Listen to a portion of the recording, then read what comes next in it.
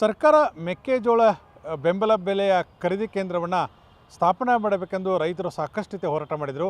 ಕಾಟಾಚಾರಕ್ಕೆ ಕೆಲವು ದಿನಗಳ ಹಿಂದೆ ಹುಬ್ಬಳ್ಳಿ ಸೇರಿದಂತೆ ಧಾರವಾಡ ಜಿಲ್ಲೆಯಲ್ಲಿ ಅಲ್ಲಲ್ಲಿ ಖರೀದಿ ಕೇಂದ್ರ ಬೆಂಬಲ ಬೆಲೆಯ ಖರೀದಿ ಕೇಂದ್ರವನ್ನು ಸ್ಥಾಪನೆ ಮಾಡಿದರು. ಆದರೆ ಸರಿಯಾಗಿ ಸಮರ್ಪಕವಾಗಿ ಬೆಂಬಲ ಬೆಲೆಯಲ್ಲಿ ಖರೀದಿಯನ್ನು ಮಾಡ್ತಾ ಇಲ್ಲ. ಇದರಿಂದಾಗಿ ರೈತರಿಗೆ ತೊಂದರೆ ಆಗ್ತದೆ.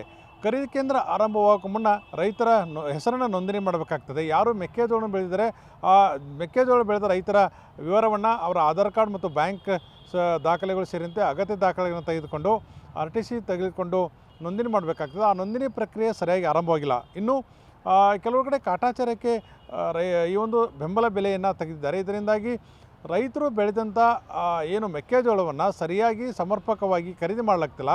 ರೈತರು ಮತ್ತೆ ಆಕ್ರೋಶಗೊಳ್ತಾ ಇದ್ದಾರೆ.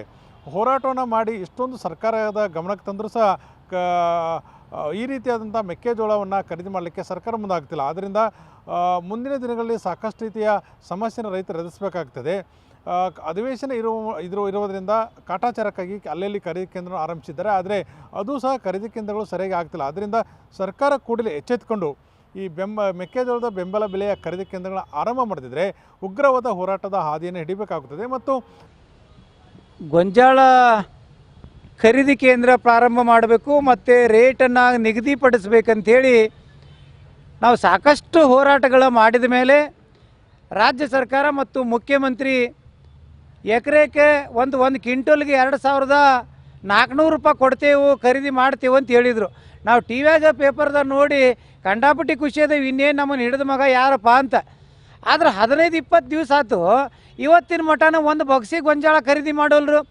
APMCಯಾಗ ಖರೀದಿ ಮಾಡ್ತಾರಂತ ನಾವೆಲ್ಲ APMCಗೆ ಓಡೋದ್ರೆ ಇಲ್ಲಿ ನಮ್ಮ ಜಿಲ್ಲೆದಾಗ ಒಂದು 20-25-30 ಸಾವಿರ ಮಂದಿ ಗೊಂಜಾಳ ಬೆಳೆದೇವು. ಇಡೀ ರಾಜ್ಯದಾಗ 20 ಲಕ್ಷ ಮಂದಿ ಗೊಂಜಾಳ ಬೆಳೆದೇವು. ಅಲ್ಲಿ ನೋಡಿದ್ರೆ 1100 ಮಂದಿ ತೊಗೊಂಡು ಉಳ್ಕಿದಾರೆ ತೊಗೊಳೋದಿಲ್ಲ ಅಂದ್ರೆ ಅದು ಸರ್ಕಾರ ಹೇಳಿತ್ತು 50 ಕ್ವಿಂಟಲ್ ತೊಗೋತೇವೆ ಒಬ್ಬ ರೈತರ ಕಡೆ ಅಂತ. APMCಯವ್ರು ಒಬ್ಬರ ಕಡೆ 20 ಕ್ವಿಂಟಲ್ ತೊಗೊಂಡು ಬಂದ್ ಮಾಡಿದರು. ಇವತ್ತಿನ ಮಟನೂ APMCಯಾಗ ಒಂದು ಖರೀದಿ ಕೇಂದ್ರ ಚಾಲೂ ಆಗಿಲ್ಲ. APMCಗೆ ಹೋದ್ರೆ 1400 ಕೊಡು 1500 ಕೊಡು ಅಂತಾರೆ. ನಾವು ಒಂದು ಎಕರೆಗೆ 25-30 ಕ್ವಿಂಟಲ್ ಬೆಳೆದೆ ದೇವ್ರ ಪುಣ್ಯದಿಂದ. ಆದ್ರೆ ಖರೀದಿ ಮಾಡೋರೇ ಇಲ್ಲ. ಸರ್ಕಾರ ಹೇಳ್ತೈತಿ 2500 ಕೊಡ್ತೇವೆ ಅಂತ. ಇವ್ರು APMCಗೆ ಹೇಳ್ತಾರೆ 1400-1500 ಅಂತ. ನಾವು ಬೀಜ ಗೊಬ್ಬರ ತಂದಿದ್ದೇವಲ್ಲ, ಅವರು ಮಕ್ಕಳ ರೊಕ್ಕ ಕೊಡ್ರಿ ಅಂತ ನಮ್ಮ ಮನೆಗೆ ಬರಾಕತ್ತಾರೆ. ನಾವು ಎಲ್ಲಿಂದ ರೊಕ್ಕ ಕೊಡೋನು? ಇಲ್ಲಿ ನೋಡಿದ್ರೆ ಮನ್ಯಾಗ ಹೊಟ್ಟೇವಿ, ಹುಳ ಹತ್ತೇವು, ನುಸಿ ಹತ್ತೇವು, ತೂಕ ಕಮ್ಮಿ ಆಗತ್ತೈತಿ.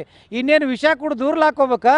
ಅಥವಾ ಸಾಲಗಾರದು ಅವನ್ನ ಅಕ್ಕನಂತೆ ಬೈತಾರ, ಬೈಸ್ಕೊಂಡು ಹೊಡೆಸ್ಕೊಂಡು ನಾವೇನು ಮರ್ಯಾದೆ ಕಳ್ಕೊಬೇಕಾ? ಕೇಂದ್ರ ರಾಜ್ಯ ಅಂತೈತಿ, ರಾಜ್ಯ ಕೇಂದ್ರ ಅಂತೈತಿ. ಇಬ್ಬರದು ಆಟಕ್ಕೆ ಬಂದ್ ಮಾಡಿ ನೀವು ವ್ಯಾಪಾರಸ್ಥರ ಜೊತೆಗಿದ್ರು, ರೈತರ ಜೊತೆಗಿದ್ರು ಅಂತೇಳಿ ನೀವು ದಯವಿಟ್ಟು ನೀವು ವ್ಯಕ್ತಪಡಿಸ್ಬೇಕಂತೇಳಿ ಹೇಳಕ್ಕೆ ಇಚ್ಛಪಡ್ತೀವಿ. ನಾವು ಒಂದು ಎಕರೆಗೆ 20-25 ಕ್ವಿಂಟಲ್ ಗೋವಿನ ಬೆಳೆದೇವ್ರಿ. ಆ ಸರ್ಕಾರದವ್ರು ಮೊನ್ನೆ ಏನು ಹೇಳಿದ್ರು, 50 ಕ್ವಿಂಟಲ್ ಮಟ್ಟ ಒಬ್ಬರು ರೈತರಿಂದ ತೊಗೊತೇವೆ ನಾವು ಖರೀದಿ ಅಂತ ಆದೇಶ ಮಾಡಿದರು. ಆದ್ರೆ ಇವತ್ತಿನವರೆಗೂ ಅವರು 1 ಕಿಲೋ ಗೊಂಜಾಳ ತೊಗೊಳಕ್ಕೆ ತಯಾರಿಲ್ಲ. ಅವನ್ನ ನಾವು ಇಟ್ಕೊಂಡು ಕುಂತೇವೆ ಮನ್ಯಾಗ. ಆದ್ರೆ ಅವು ಹುಳ ಹತ್ತಾಗತ್ತೇವೆ. ಹುಳ ಹತ್ತಿದಿಂದ ಅವ್ನು ಯಾರು ಮಾತಾಡ್ತಾರೆ? ನಮಗೆ ಗೊಂಜಾಳನ ಎಲ್ಲ ಹಾಳಾಗಿ ಹೋಗ್ತಾವೆ. ಆದರೂ ದಯವಿಟ್ಟು ನೀವು ರಾಜ್ಯ ಸರ್ಕಾರದವರು, ಕೇಂದ್ರ ಸರ್ಕಾರದವ್ರಿಗೆ ಕೂಡಿ ರೈತರನ್ನ ಒಂದು ಸ್ವಲ್ಪ ಮೇಲಕ್ಕೆ ಎತ್ತುವಂಗೆ ಮಾಡಿರಿ ಅಂತ ನಮ್ಮದು ಬೇಡಿಕೆ. ಸರ್ಕಾರದ ಕಣ್ತೆರೆಸತಕ್ಕಂಥ ಕೆಲಸವನ್ನು ರೈತರು ಮಾಡ್ತಾಯಿದ್ದಾರೆ. ಇಲ್ಲಂದರೆ ಸರ್ಕಾರ ರೈತರ ಆಕ್ರೋಶಕ್ಕೆ ತುತ್ತಾಗಬೇಕಾಗುತ್ತದೆ ಎಂಬ ಎಚ್ಚರಿಕೆಯನ್ನು ಇವತ್ತು ರೈತ ಸಂಘದ ಪ್ರಮುಖರು ಕೊಟ್ಟಿರ್ಬೋದು. ಕ್ಯಾಮರಾ ಪರ್ಸನ್ ಸುಜಲ್ ಜೊತೆ ಕಲ್ಮೇಶ್ ಮಂಡ್ಯಾಳ.